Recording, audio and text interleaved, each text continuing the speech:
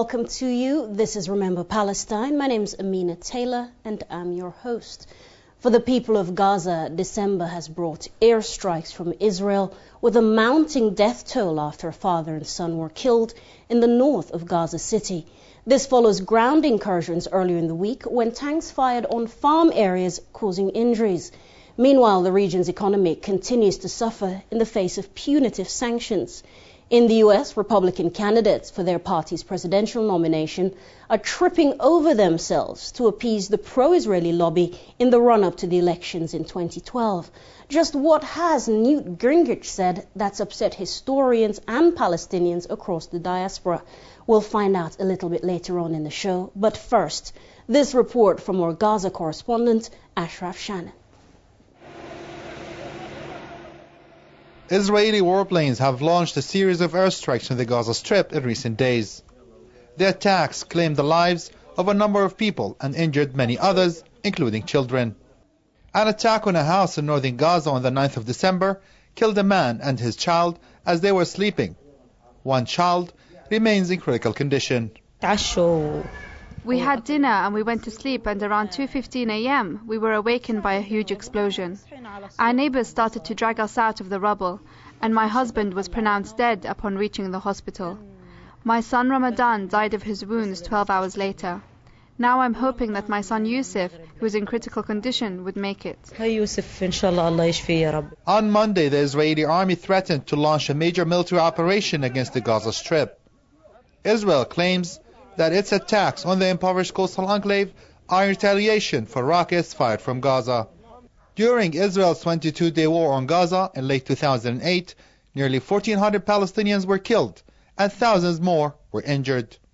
Rights groups warn of a humanitarian crisis if Israel launches another war on Gaza.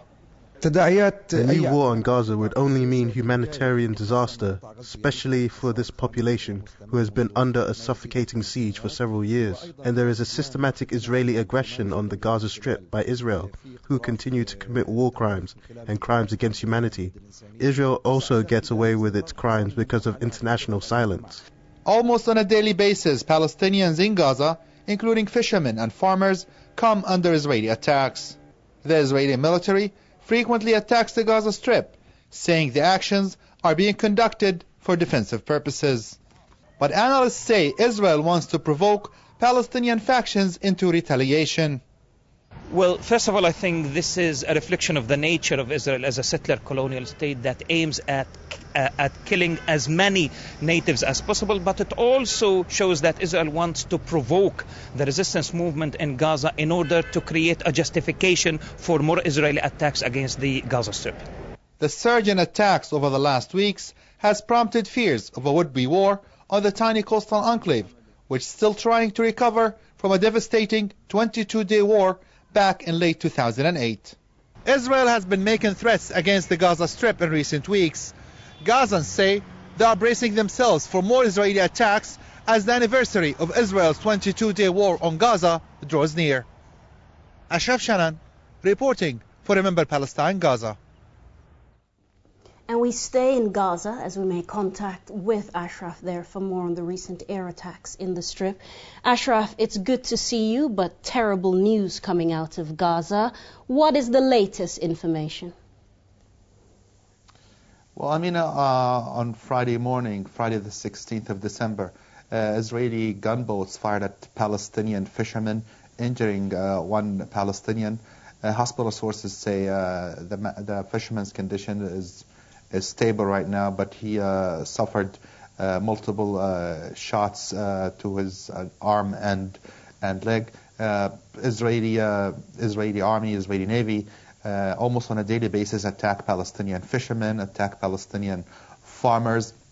For example, last Tuesday, Israeli military on the northeastern edge of Gaza City fired at international and local activists who were trying to plant the so-called buffer zone created by Israel in 2008. Fortunately, no one was injured, but it was too close for comfort for these activists, as on the same day a 14-year-old boy who was collecting scrap metal was shot in the foot by Israeli snipers in the area. That so-called buffer zone, Amina, has 30% of Gaza's arable land on what people here call it the vegetable basket of the Gaza Strip.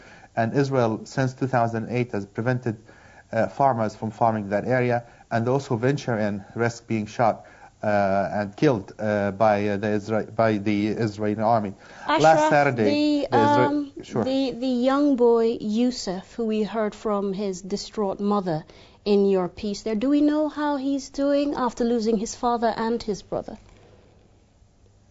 Well, I mean, Yusuf's condition is still critical, and his mother, as you saw in that report, she's praying that Yusuf would survive his wounds and make it, because she already lost her husband and lost her 12-year-old son.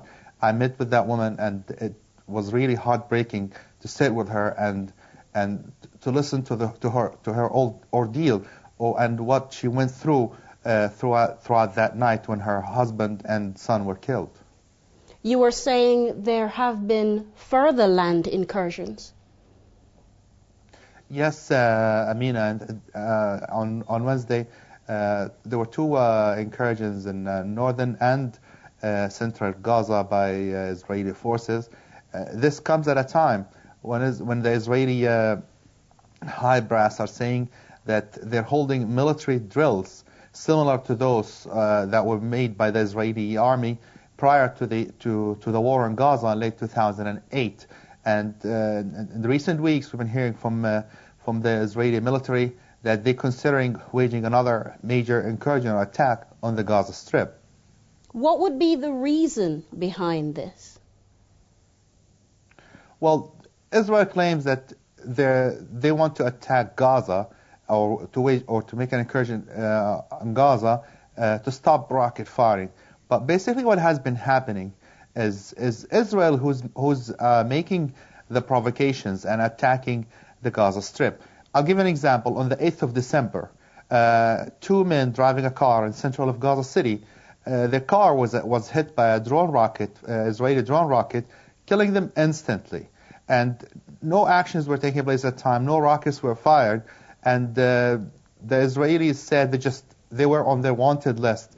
And as analysts keep saying all the time, that Israel is provoking the resistance factions in Gaza in order for them to respond and fire rockets from Gaza to draw more aggressive acts from the Israeli army.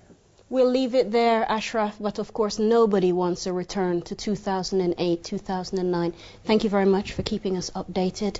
Very grim news there, unfortunately. We will keep you posted on developments as soon as we get them here.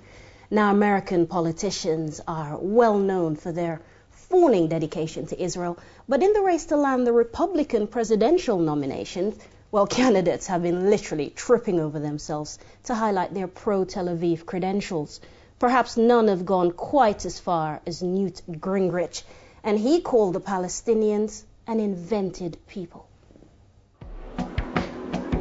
Creating unnecessary conflict in the Middle East and lacking historical knowledge are the criticisms that Newt Gingrich's comments received. The US Republican candidate made controversial declarations about the Israeli-Palestinian conflict. I believe that the Jewish people have the right to have a state, and I believe that the commitments that were made at a time, remember, there was no Palestine as a state. It was part of the Ottoman Empire.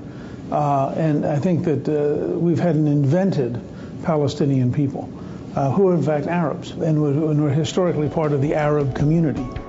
In spite of receiving the disapproval from fellow Republican candidates in a public debate, Gingrich continued voicing one-sided opinions about Palestinians. Somebody ought to have the courage to tell the truth. These people are terrorists. They teach terrorism in their schools. They have textbooks that say if there are 13 Jews and 9 Jews are killed, how many Jews are left? We pay for those textbooks through our aid money. It's fundamentally time for somebody to have the guts to stand up and say, enough lying about the Middle East. In the race for the White House, it has been obvious that Gingrich is openly trying to reach Israeli voters. Clearly, this has not been well received in the Palestinian community, with some historians calling the statements ignorant and misguided. Well, joining me for more reaction to this developing story and a few other issues thrown in there is the journalist and the founder of the Palestine Telegraph newspaper, Sameh-Habeeb. You're an invented people. There were no Palestinians in the region. It's about time somebody told the truth about Palestinians. Sameh-Habeeb. Well, it's not strange really to hear something from someone who's from the Republican parties, the evangelicals, or as we call them, the Christian Zionists, who believe in Israel a step before Armageddon and the end of the world. So they believe Israel is the only way to reach the God at the end of the day. So we are dealing with some people who are coming from a religious perspective. But to take it into another corner, if we go back to the history, and I'm sure maybe Gingrich did not read the Bible very well, in which it's clearly the Bible in many parts, they state that there were Palestinians and they called them the Philistines. Also, after his statements, some of the maps were released, and some of these maps are coming from the Congress Library in the US, and it's clearly, and these maps were written according to, they were drawn according to the Bible, and it shows clearly there was the Philistines, and there were no Israelis that time. There is a discrimination. But isn't there a wider problem here, Sameh, where to denigrate the Palestinians and to denigrate the Palestinian cause is to win brownie points in a race where people are trying to suck up to the pro-Israeli lobby within Washington and beyond? Well, as you know, that it's very now a competitive elections in the U.S. Many candidates in the Republican parties are trying to get the votes, and even in the Democratic Party as well, the same race is there. And the one who would be winning is the one who would really get the loyalty or would be loyal to the Israeli lobby, the AIPAC, where the money, where the votes are based. If Gingrich would not really express his full support to Israel through this Jewish channel, then he's not going to get not only the votes but also the finance of the Jewish voices or the Jewish companies that will support his campaign in running for the election within his party, and in case he wins against the President Obama. But shouldn't there have been more of an outcry from media organizations who understand history and politics a little bit more subtly to say, Mr. Gingrich, explain yourself?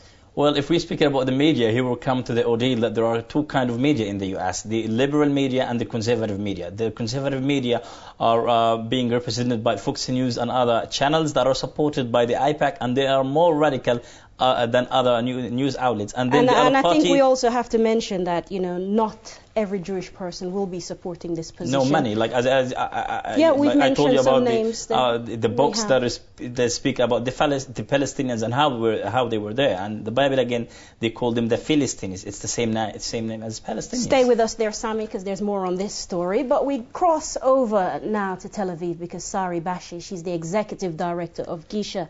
They're a campaigning organization which aims to promote freedom of movement for Palestinians. And as I mentioned, she joins us from Tel Aviv. Welcome to the program, Sari. Hello, and thank you for having me. Hi, no, it is our pleasure. We're talking here about a variety of things, but none of which is helped by the slow growth of the Palestinian economy, especially that's in Gaza. Can we account for why the coastal enclave has had such a rough economic time of it? Yeah, and I think with Gaza, the concern is that it's an economy that used to be doing quite well, and certainly for the past decade, and especially for the last 4 years, has been declining. And here I want to mention that when we talk about Gaza, there's a tendency, especially abroad, even among people who are concerned about the fate of folks living in Gaza, there's a tendency to talk about Gaza in humanitarian terms.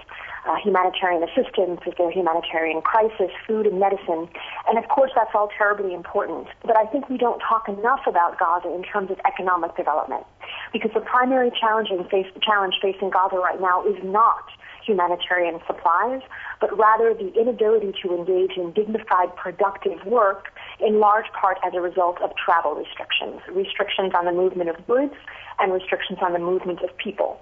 So as you may know, about a year and a half ago, after the Turkish flotilla incident, the closure of Gaza was eased somewhat, but there are 3 remaining restrictions that are very detrimental to the economy in Gaza.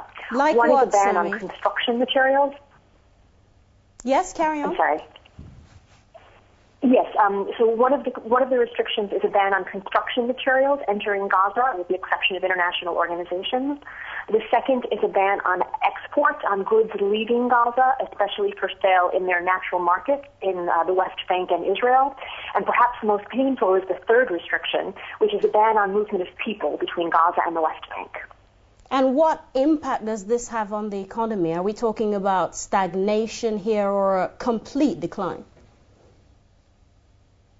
Well, the Gaza economy has been in decline for many years, and in 2007 it took a nosedive because at that time, when Hamas took over internal control of Gaza, Israel closed the borders hermetically, even to consumer goods. And so since 2010, there's been a slight decline a slight increase in economic activity in Gaza, which is wonderful, but it's only for production that's destined for local consumption. So now, for the first time in 4 years, people in Gaza can receive raw materials in order to produce, but they can only produce what they can sell on the local market, because Israel is not allowing them to sell their goods to their natural markets in the West Bank and Israel, which are very lucrative. So you have a situation where a factory is not going to order raw materials and employ the workers it used to employ because it's not being allowed to sell its goods.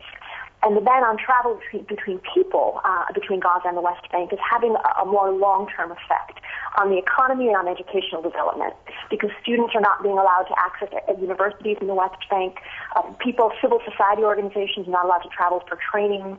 Workers are not allowed to travel for jobs. That's something that is helping to contribute to a situation of nearly a third of Gaza's workforce being unemployed. And we'll leave it right there. Sameh-Habeeb from Gisha in Tel Aviv. Thank you so much. Sameh-Habeeb from the Palestine Telegraph is still with us. And I'm not quite sure how many people could see you vigorously nodding your head there at certain points. Just very quickly, what comeback would you like to make to some of what you heard? Well, quickly, there's some kind of misinformation which she spoke about easing with the siege, and she spoke that some raw materials were streaming into the Gaza Strip. Yes, there were some raw materials, but they were streaming only for the international organization, for some specific projects, and not for the entire private sector or some people. So the movement of reconstruction using these raw materials is very limited in the Gaza Strip, and we only use what is mostly coming from Egypt via the tunnels. So still a big problem. It's still a big problem, and I'm not sure why she didn't mention the numbers or the statistics of these things that they were streaming into the Gaza Strip. There is a huge problem at the moment in the Gaza Strip, and maybe we'll discuss about the economy in another angle, in which we will see how the Palestinian Authority functions exactly. All right, so let's go back to the very, very volatile discussion we're having a bit before. What would you like to see happen when people have these discussions about Palestinian history? Because to get it wrong, well, that's fundamentally inappropriate. Well, first of all, we have to highlight on our sources. If you go just on the internet and you Google, maybe in the Arabic sources, you will find the real history. But sadly, there are no much Palestinians or Arabs or non-English language speakers who write on these things about the internet, about the Palestinian history. Mostly the sources we have is Israeli sources. If you go to the Wikipedia, everything is of an Israeli sources. And here is the big problem. People, when, for example, listen to Gingrich and what he says, and then go to the Google on the internet and type the Palestinian history, where they invented or not, he will only find the history, the Israeli point of view. And here is the problem. I guess we failed as Palestinians. We have to confess this. We failed as Arabs, as Arabic language speakers, to convert what we have from our own language into the English language, where the Americans and others could clearly see what is our history. And again, the Bible is full of statements about the Palestinians and how we were there. I guess people now should believe on what the Bible is saying about the Palestinians. Now, very, very briefly, we have a situation where economically the Israelis are not giving back some of the funds for payments of municipal workers, people who are paid by the public sector in Gaza, haven't had their wages for a while. We've been told that situation will be eased, but there seems to be punitive sanctions here. Well, in an attempt to, I don't know what, stop a political debate, stop a political discussion? Maybe it needs another session, maybe half an hour at least, to speak broadly about the Palestinian economy. And I could clearly... Well, you have 30 seconds. Now, it's a very artificial Palestinian economy. We are depending first on the donor countries to send their money, and now they're not committing to sending this money. And also we are relying on the Israelis and the tax revenue of our own private sector impose, and Israelis are not paying this. So at the end, we ended up with two 2 billion debt for the Palestinian Authority. We're not paying to pay the employees, and the donor and Arab countries are not making their commitments by paying any kind of donation for the Palestinian Authority. And at the end, it's the problem maybe of, again, but the Palestinians, we should not rely on the income that's coming from abroad. We have 160,000 Palestinian employees of the Palestinian Authority. Most of them, for example, in the Gaza, they are not going to their work, they're getting paid. And the other problem, they have 800,000 people relying on those income from the Palestinian Authority. Now, well, as you said, we need at least another half an hour on this one. Sameh-Habeeb, it's always good to see you setting the record straight here on Remember Palestine. And you know, the globe stands united with the Palestinian struggle, despite some of what we've been talking about, because simply our leaders are lagging behind public opinion. Here's a selection of some pro-Palestinian activities from across the world in this week's Global Resistance.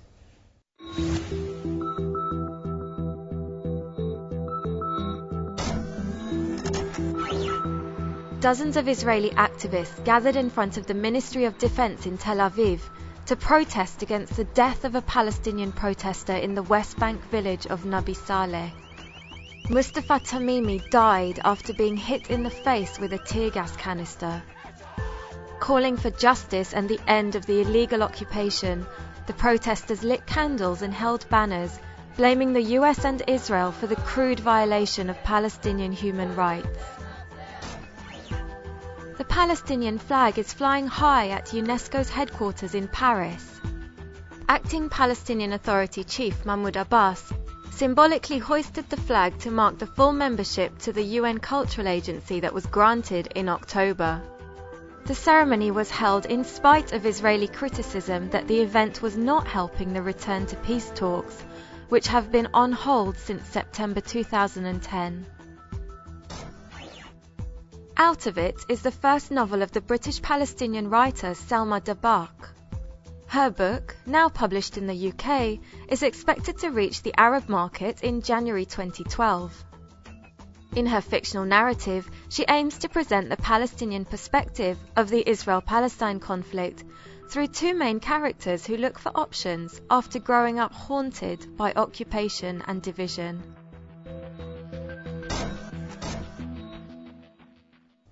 That's all for this edition of Remember Palestine. I've been your host, Amina Taylor. On behalf of the team and all our guests on the phone, on satellite and in the studio, thank you so much for joining us. Until next time.